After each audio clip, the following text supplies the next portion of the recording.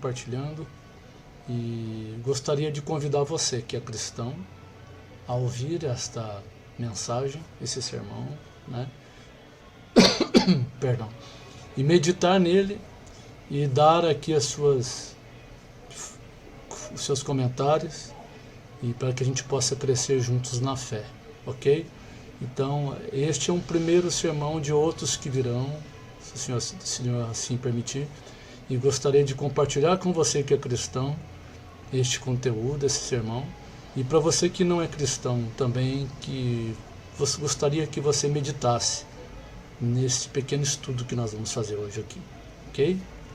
Primeiramente, quero agradecer você que está ouvindo e que está interessado neste conteúdo. Espero ser útil e que o Senhor Deus aprove a ajudar e nos usar segundo a sua rica misericórdia e bondade, ok? Gostaria de começar fazendo uma oração. Santo Deus, amado Pai, Tu és o Deus de Abraão, o Deus de Isaque, o Deus de Jacó, Senhor, Pai do nosso Senhor e nosso Salvador Jesus Cristo. Te louvo, Pai, pela Tua graça, pela Tua misericórdia, pela Tua bondade. Até aqui o Senhor nos tem ajudado. Até aqui o Senhor Deus tem sido conosco e com todos os seus filhos e filhas espalhados por toda a terra. Ajuda-me, Senhor, a que possa ser um vaso, Senhor, para que as pessoas que aqui chegarem e ouvirem esta mensagem possam ouvir como o apóstolo Paulo escreveu à tua igreja em determinado momento, que disse que os que receberam Paulo naquele momento ouviram a palavra pregada por Paulo não como uma palavra trazida por homens, mas como uma palavra trazida pelo próprio Deus. Santo Senhor Deus, sendo do seu agrado, ajuda-nos, ajuda-me, edifica-nos na tua verdade.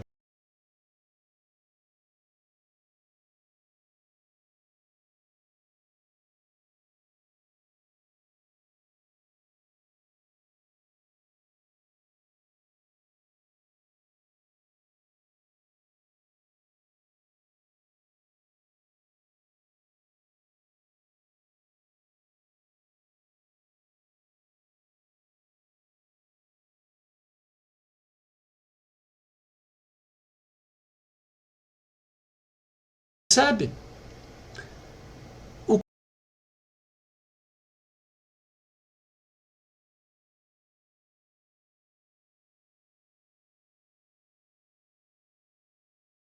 Paulo não como uma palavra trazida por homens, mas como uma palavra trazida pelo próprio. Falar com todos a respeito de a vontade do homem e a vontade de Deus.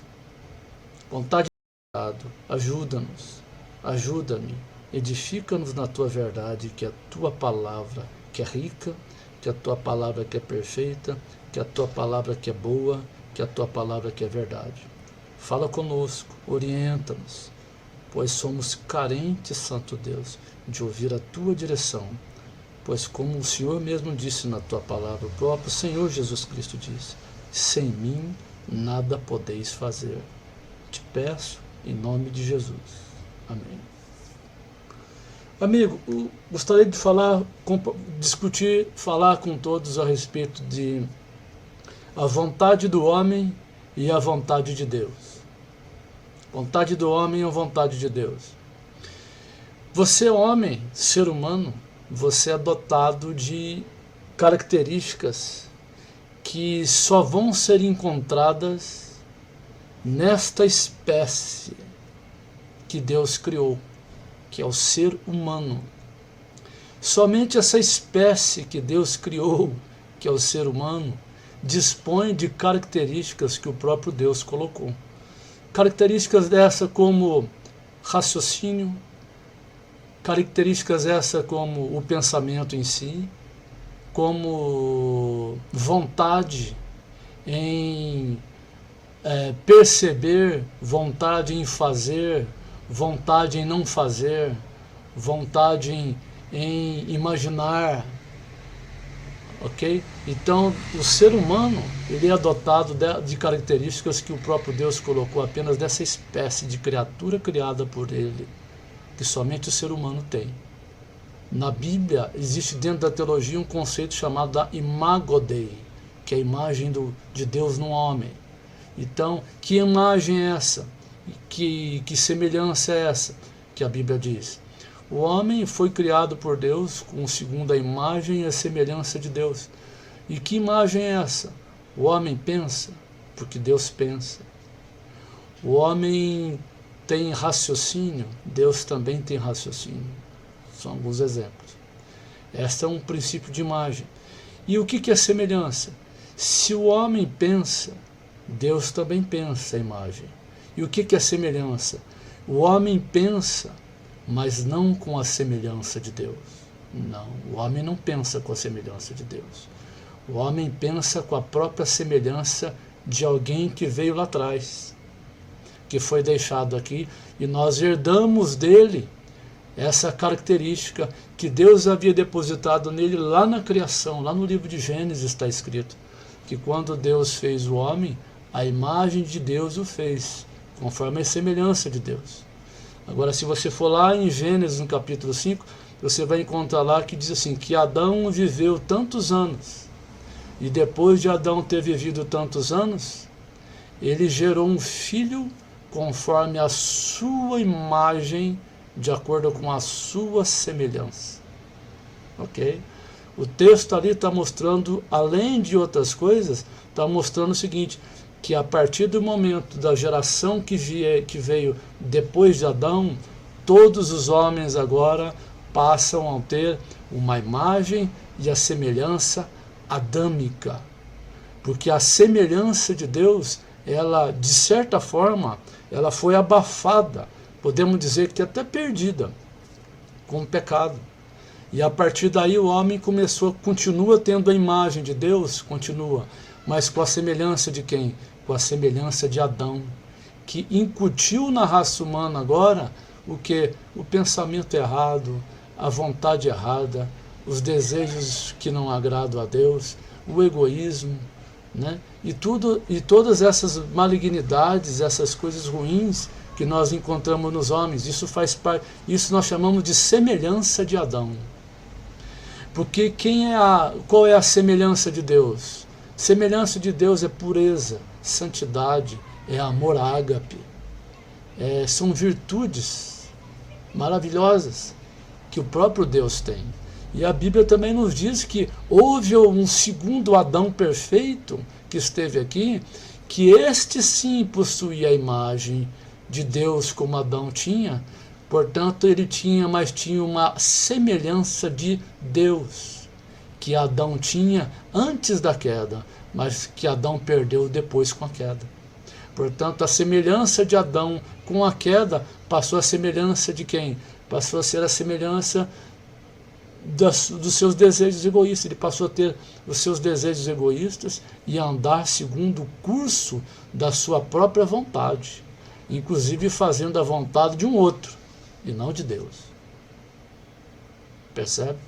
Então, quando nós entendemos esse conceito de que o ser humano ele está afastado da criação, afastado de Deus, o apóstolo Paulo, abordando esse assunto, ele escreveu em Romanos, no capítulo 3, no versículo 23, quando ele disse que todos pecaram e destituídos estão da glória de Deus. Portanto, o ser humano é pecador, está destituído, separado. Ele não possui mais as características divinas em si, como Jesus demonstrou quando esteve aqui na Terra. Muita gente, quando se fala em Jesus, e quando vai prestar atenção em Jesus, ou vai querer focar em Jesus, para perceber Jesus, a ênfase normalmente que alguém busca olhando a vida de Jesus é pelo poder que ele tinha e pelos milagres que ele tinha e pelas coisas estrondosas e maravilhosas que ele fazia. Portanto, a Bíblia nos aponta para nós olharmos para Jesus com outro foco. A Bíblia diz assim que nós devemos olhar para Ele, o autor e consumador da fé. E quando a Escritura diz olhar para Ele, o autor e consumador da fé, ali está embutindo o que muita gente não entende. Quando a Bíblia diz que devemos olhar para Jesus como o autor e consumador da fé, a Bíblia não está dizendo assim, olhar para Ele, Jesus, como autor e consumador da fé, porque é com esta fé que Ele tinha, que Ele fazia todas as coisas que Ele fazia. Não, o texto não está abordando isso. O texto não está abordando o poder que Jesus tinha de curar os doentes e ressuscitar os mortos físicos, inclusive. Não. Então, quando nós devemos olhar para Jesus, o foco principal em olhar para Jesus é olhar que em Jesus havia uma característica que em Jesus, homem, Deus se agradava e muito. E qual era essa característica em Deus, homem, que Deus, Pai, se agradava muito? É porque Jesus tinha a semelhança de Deus. Deus andando na terra. Deus caminhando na terra. Mostrando aos homens a imagem e a semelhança de Deus, o Criador. Jesus não pecou em nenhum momento. Jesus possuía o que Gálatas 5:22 está escrito para o apóstolo Paulo, a demonstração do relacionamento de Jesus com o Pai. Era algo tão 100%, tão perfeito e tão alinhada, que em toda a vida de Jesus, ao ler Gálatas capítulo 5, versículo 22, você consegue enxergar nele amor, alegria, paz, longanimidade, benignidade, bondade, fé, mansidão e domínio próprio. Jesus era a expressão exata de Deus. Jesus era a revelação do Deus invisível, mostrando ao homem o Deus visível. Jesus era o verbo que estava no princípio da criação, criando todas as coisas, andando agora aqui na terra, pisando no barro, amassando barro, andando de sandálias, comendo peixe, andando com os apóstolos e refletindo a semelhança do Criador, do Deus de Abraão, do Deus de Isaac, do Deus de Jacó.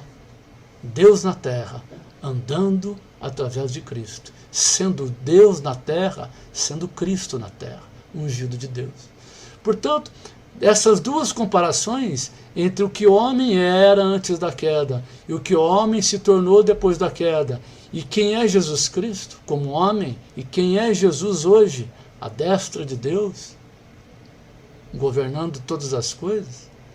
Ou seja, quem era Adão antes da queda, que tinha a imagem e semelhança de Deus, e quem era Adão depois da queda, com a imagem e semelhança, mas agora focado em si mesmo. E quem é Jesus?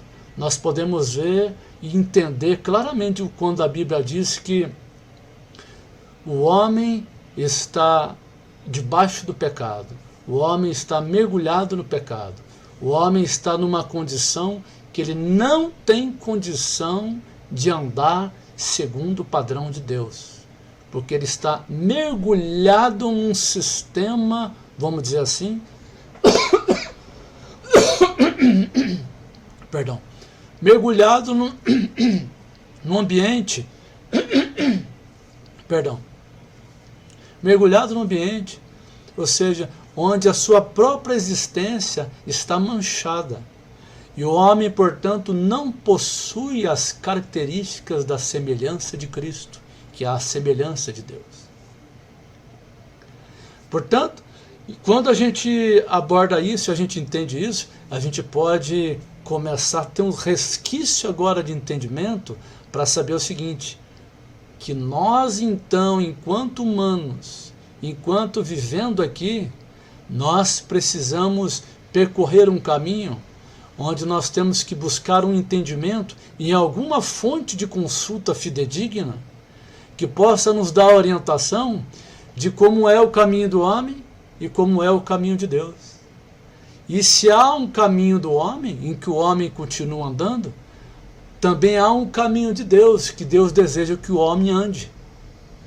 Portanto, essas comparações de o caminho do homem e o caminho de Deus, elas são bem explícitas nas Escrituras, na Bíblia. E nós devemos percebê-las desde o momento que a gente começa a dar os primeiros passos na leitura do Evangelho. Nós já somos abordados pelas Escrituras, que o caminho para se entender o caminho de Deus precisa partir de um ponto, precisa ter um início, precisa ter um encontro, precisa se chegar, vamos dizer assim, para a gente entender, numa bifurcação, onde quando a gente chegar nessa bifurcação a gente vai entender, bom, eu sei que a partir daqui as coisas para mim jamais poderão continuar da forma como estão. Por quê? Porque a partir deste momento eu sei que existe um caminho errado e que existe um caminho certo. E este caminho errado é o caminho do homem. E este caminho certo é o caminho de Deus. E o interessante é o seguinte, que Deus já deixou tudo preparado. Deus já deixou tudo preparado. Deus já deixou tudo feito. Feito? Feito. Nós vamos entender isso. Deus já deixou tudo preparado e Deus já deixou tudo feito. Para quê? Para que todo aquele, a partir do momento, quando chegar nesse momento, nessa bifurcação, onde ele não vai ter como se esconder, porque a sua consciência vai falar contra si mesmo, dizendo, você sabe que existe um caminho errado, existe um caminho certo. E não tem como ninguém fugir deste momento. Portanto, há um caminho do homem e há um caminho de Deus. O Salomão, escrevendo nas Escrituras, disse que o caminho para o homem muitas das vezes pode parecer correto. O caminho para o homem parece até correto. O caminho que o homem traça, ele olha e fala, não está certo, porque muitas das vezes ele está vendo resultados palpáveis, que os traz conforto, que os traz alívio. Mas a Bíblia diz que estes caminhos, inclusive que o foco sejam os resultados aparentes, emergentes e rápidos e necessários que precisamos, muitas das vezes, por ainda que seja isso tudo, são caminhos de morte. Portanto, vamos começar a abordar sobre o caminho do homem e o caminho de Deus. O caminho do homem, gostaria de ler aqui para a gente Romanos, o capítulo 8, do versículo 5 até o versículo 9. A partir do versículo 5 diz assim, porque os que são segundo a carne inclinam-se para as coisas da carne, mas os que são segundo o Espírito, para as coisas do Espírito. Olha isso, porque Romanos 8, 5, porque os que são segundo a carne inclinam-se para as coisas da carne, mas os que são do Espírito, para as coisas do Espírito. Porque os que são segundo a carne, quem são os segundo a carne, de acordo com o contexto do texto aqui que Paulo está abordando aqui? Os que são segundo esta carne que Paulo está falando, são os que andam segundo o caminho do homem. São os que querem andar segundo as suas próprias concupiscências. São os que querem andar conforme os seus desejos. São os que querem andar conforme as suas conjecturas. são os que querem andar conforme as suas determinações que fizeram, baseados em observar resultados palpáveis, confortos. Portanto, o apóstolo Paulo diz, porque os que são segundo a carne inclinam-se para as coisas que são da carne. Mas os que são segundo o Espírito, para as coisas do Espírito. Alguém pode dizer, mas não está muito bem definido aí quando você diz o que são essas coisas segundo a carne e o que são as coisas segundo o Espírito. Tudo bem. Mas você concorda que quando o texto aborda que existe coisas e que existe um caminho segundo a carne e que, portanto, também existe um caminho segundo o Espírito. Portanto, percebe que tem dois caminhos a se percorrer. Um caminho segundo a carne e um caminho segundo o Espírito. Isso, você compreendendo que de fato existe essas duas trajetórias na vida em que o homem vai percorrer e que um deles conduz à morte e que um deles conduz à vida, se você perceber isso, você já está meio caminho andado.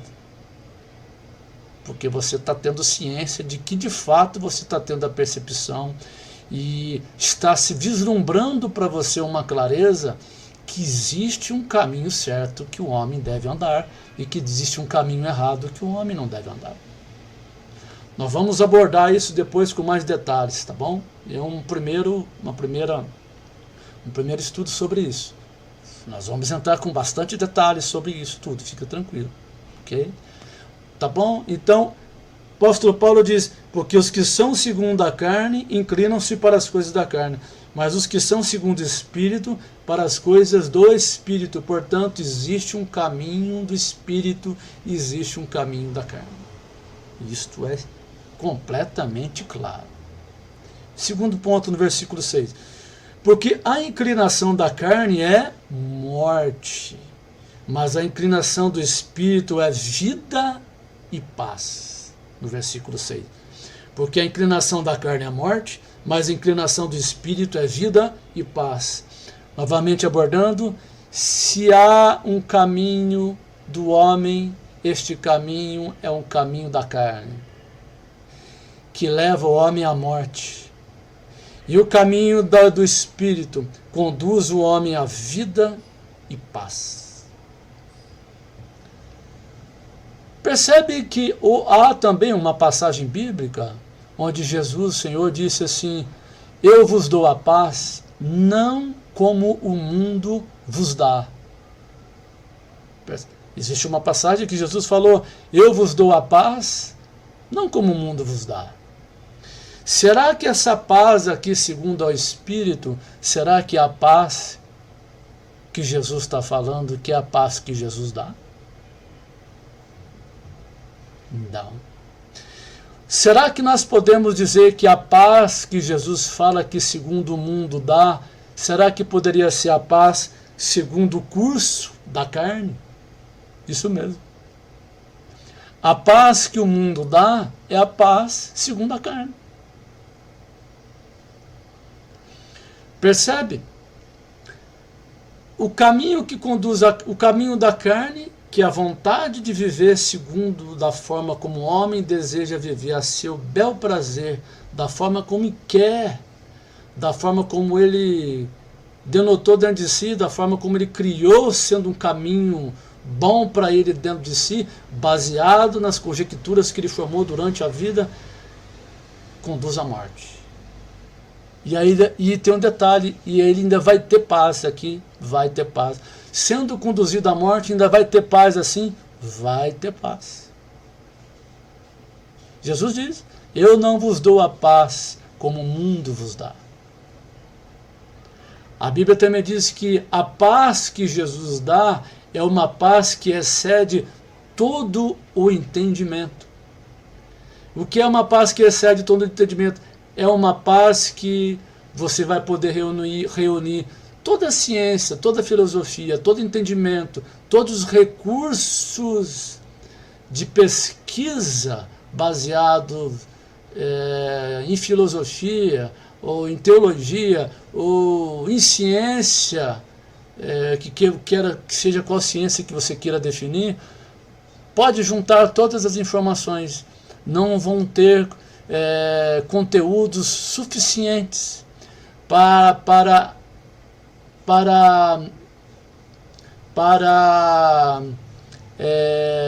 manchar sequer o que vem a ser o entendimento, a paz que Jesus dá.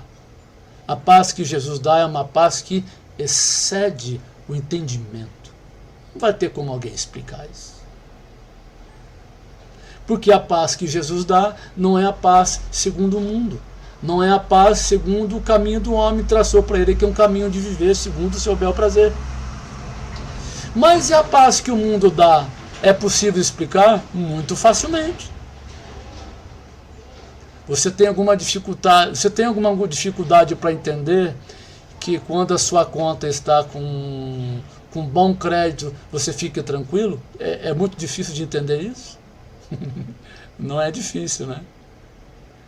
É muito difícil de entender que você está no seu emprego garantido e bem empregado, você é um bom trabalhador, o seu patrão é um bom patrão, reconhece o seu trabalho, percebe da sua seriedade, e você está trabalhando, está ali, e de certa forma, vamos dizer assim, né, existe uma certa garantia. Existe alguma dificuldade de ter paz, de entender esse tipo de paz? Nenhuma, né? Mas, então, o texto está nos dizendo o seguinte, que existe o caminho do homem, que é o caminho que o homem traça vivendo segundo a carne. Existe o caminho do Espírito. Portanto, a inclinação da carne é morte, por mais paz que você tenha. É o caminho de morte. Já entendemos que é essa paz como o mundo nos dá. Mas a inclinação do Espírito é vida e paz. A inclinação do Espírito é vida e paz. Versículo 7. Porquanto a inclinação da carne é inimizade contra Deus, pois não a sujeita à lei de Deus, nem em verdade o pode ser. Olha o que Paulo está dizendo. Porquanto a inclinação da carne é inimizade contra Deus. Portanto, a inclinação da carne é inimizade contra Deus. Em outras palavras, portanto, querer viver de acordo com os padrões que você determinou para você, com as conjecturas que você formou, com as ideias que você concebeu, com o sentido que você deu para que é certo, baseado nas suas perspectivas, visando sempre bons resultados e segurança, este é um caminho da carne. Ok? Portanto, portanto, a inclinação da carne é inimizade contra Deus. E isso tudo em que se traça para si mesmo é não apenas um caminho que conduz à morte, por mais que seja terrível isso, sem dúvida, mas é também uma inclinação contra Deus. Paulo fala assim, porquanto a inclinação da carne é inimizade contra Deus. Aqui, quando se percebe a profundidade deste assunto, deste assunto, que é viver segundo a carne, como Paulo está falando, quando se entende isso, baseado no que Paulo está falando, porquanto a inclinação da carne é inimizade contra Deus, quando se percebe isso, vai se fazer muito mais claro o entendimento quando Paulo escreveu dizendo assim, que Cristo morreu por nós quando nós ainda éramos pecadores, inimigos de Deus. Percebe por que um pecador é inimigo de Deus? Um pecador, o sentido da palavra pecador tem que ser, é apontado assim muitas das vezes nos estudos teológicos, dizendo, pecador é aquele que erra o alvo. Isso. O pecador é aquele que erra o alvo. Porque que alvo é esse? Ele não acerta em fazer a vontade de Deus. Porque ele está no percurso que ele está andando para si mesmo, baseado no amor que ele tem por ele mesmo. Mais para frente nós vamos entender o que é o amor segundo a Bíblia. Ok? Nós vamos chegar lá. Tem muito assunto para a gente abordar. Portanto, aquele que anda nos pecados, aquele que anda na carne, anda fazendo a vontade do próprio coração. Anda fazendo aquilo que determinou para se fazer todo dia. É aquele que não tem peso de consciência em fazer o que é errado, desde que o resultado para ele seja bom. É aquele que não tem nenhum peso em si, nenhum agravante em si, que o diz que mostra ou que o incomoda por ele não fazer determinada coisa, porque aquilo desagrada a Deus. Mas por quê? Porque para ele o que impera dentro desta pessoa são os seus desejos, é a sua própria vontade, é o seu amor próprio. Alguém pode dizer amor próprio? Amor próprio.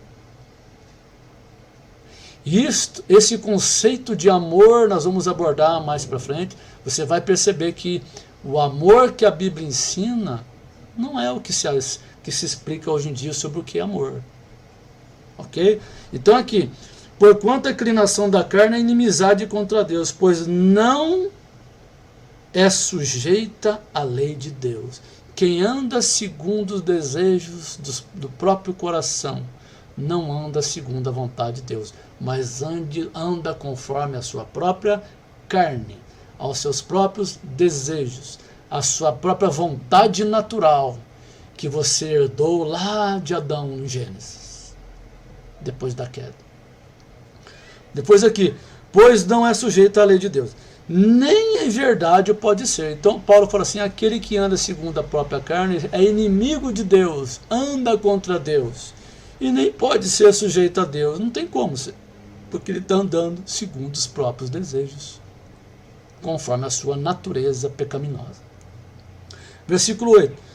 Portanto, os que estão na carne não podem agradar a Deus. O que Paulo está dizendo aqui, abordando? Os que estão na carne não podem agradar a Deus. Não existe nenhuma possibilidade de um homem no planeta andar conforme as suas próprias convicções e a partir daí, por mais que sejam convicções boas, aparentemente, elas não podem agradar a Deus, porque as nossas convicções, elas tendem a nos levar em satisfazer a nossa vontade, aos nossos desejos. E quando falo vontade e desejos, não estou aqui me referindo apenas no que diz respeito àquelas situações que todo mundo sabe que são erradas. Não. O que o texto está abordando aqui vai muito além do que isso.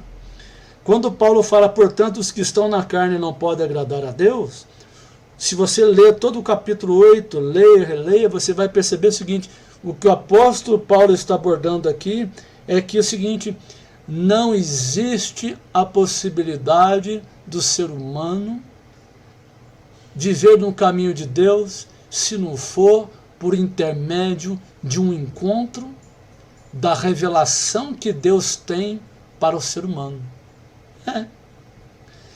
Se o ser humano não foi encontrado por Deus e o Senhor Deus não der a ele a revelação do que é a vontade de Deus, esta é a vontade de Deus, ele vai continuar andando nos seus próprios caminhos. E este caminho vai levá-lo à morte. Vai continuar deixando-o na morte. Por mais satisfeito que ele esteja nesta vida, ele está num caminho de morte. Vós, porém, não estáis na carne, mas no Espírito, se é que o Espírito de Deus habita em vós. Olha o que Paulo fala depois. Vós, porém, não estáis na carne, mas no Espírito. Percebe mais uma vez que Paulo abordando que tem um caminho da carne e o caminho do Espírito. Portanto, o apóstolo Paulo escrevendo aqui para a igreja de Roma, que estava tratando esse assunto com a igreja que estava em Roma, uma carta que foi escrita aos romanos, Paulo dizendo para eles assim, olha, é como se Paulo estivesse falando assim, olha, eu estou escrevendo tudo isso aqui para vocês, alertando vocês e corrigindo vocês, admoestando vocês, mas vocês não estão na carne, vocês estão no Espírito.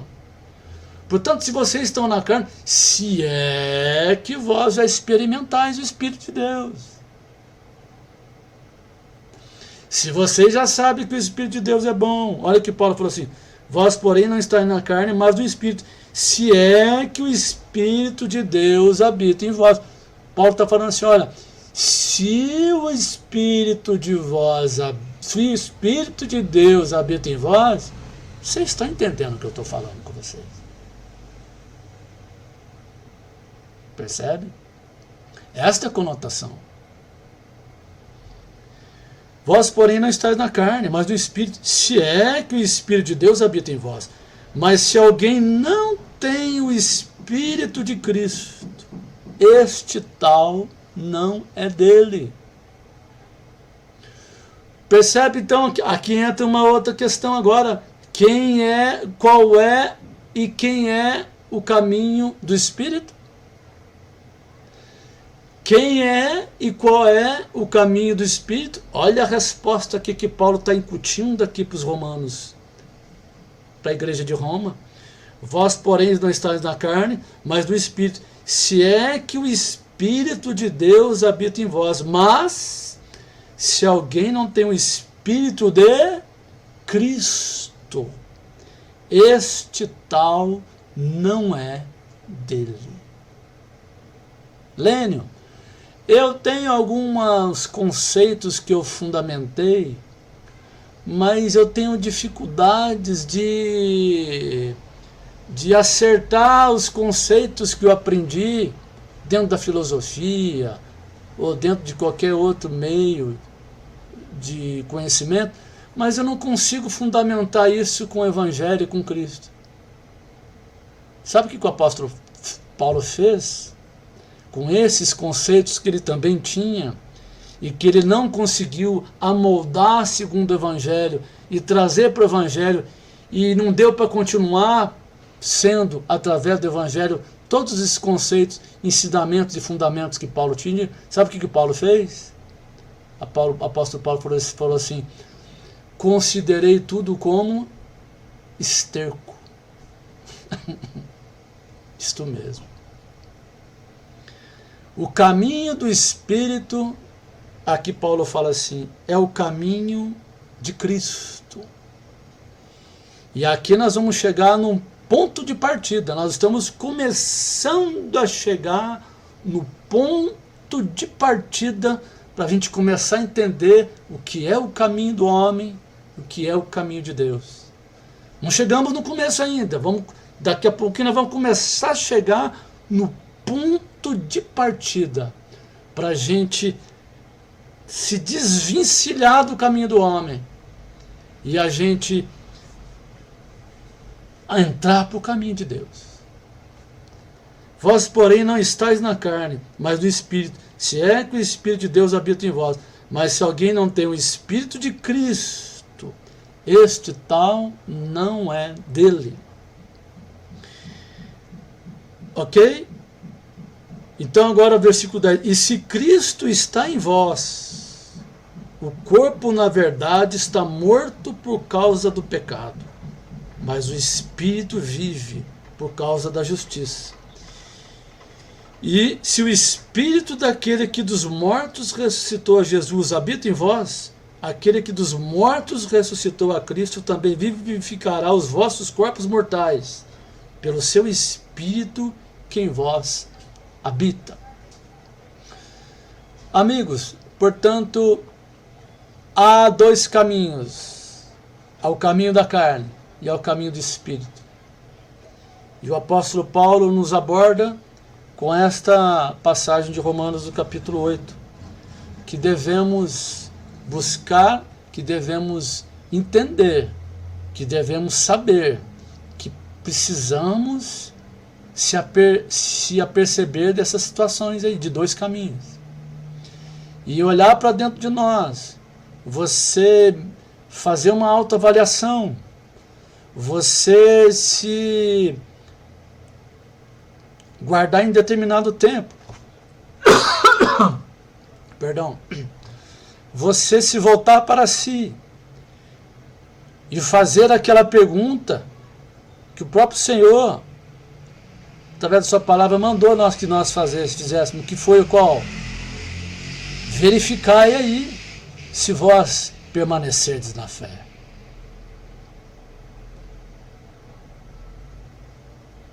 Quero finalizar isso aqui com o ponto aqui onde eu quero finalizar com você aqui esse estudo, é esse. Como eu disse, nós não entraríamos em grandes detalhes sobre o que é o caminho de homem e o caminho de Deus agora, apenas estaríamos iniciando isso. E aqui o que nos chama a atenção aqui é que nós precisamos perceber que há um momento crucial na vida de cada ser humano na Terra, que este momento há de chegar na vida de todos os seres humanos na Terra. Uns com 50 anos de idade, uns com 90 anos de idade, uns com 13 anos de idade. Mas certamente este momento há de chegar na vida de cada criatura que recebeu a imagem e a semelhança de Deus. E Deus, através do seu Espírito,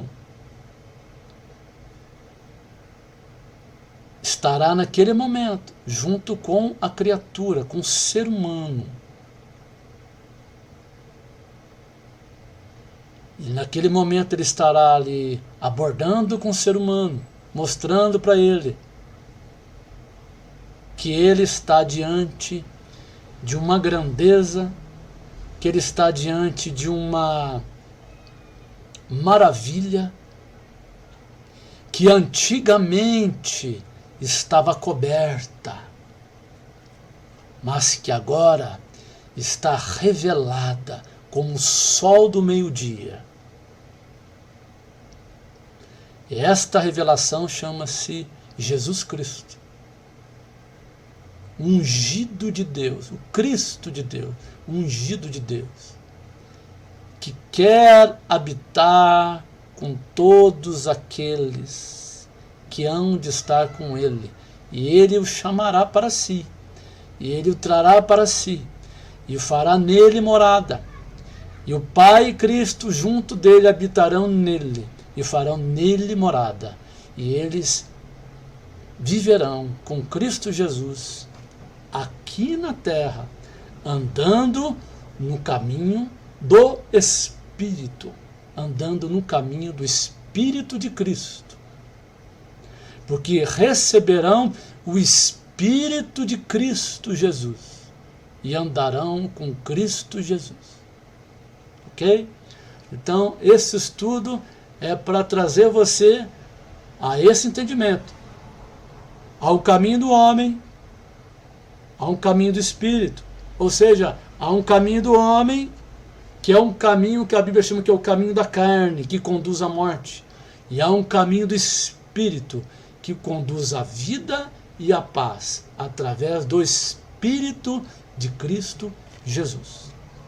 Ok? Próximo vídeo, nós vamos continuar esse estudo, e a cada dia mais nós vamos abordando mais detalhes sobre a natureza humana, o caminho do homem, natureza de Deus e o caminho de Deus. Ok? Que o Senhor Deus nos abençoe, nos guarde e nos conduza em cada momento, para que a gente possa aprender mais e mais através da tua santa palavra. Em nome de Cristo Jesus. Amém.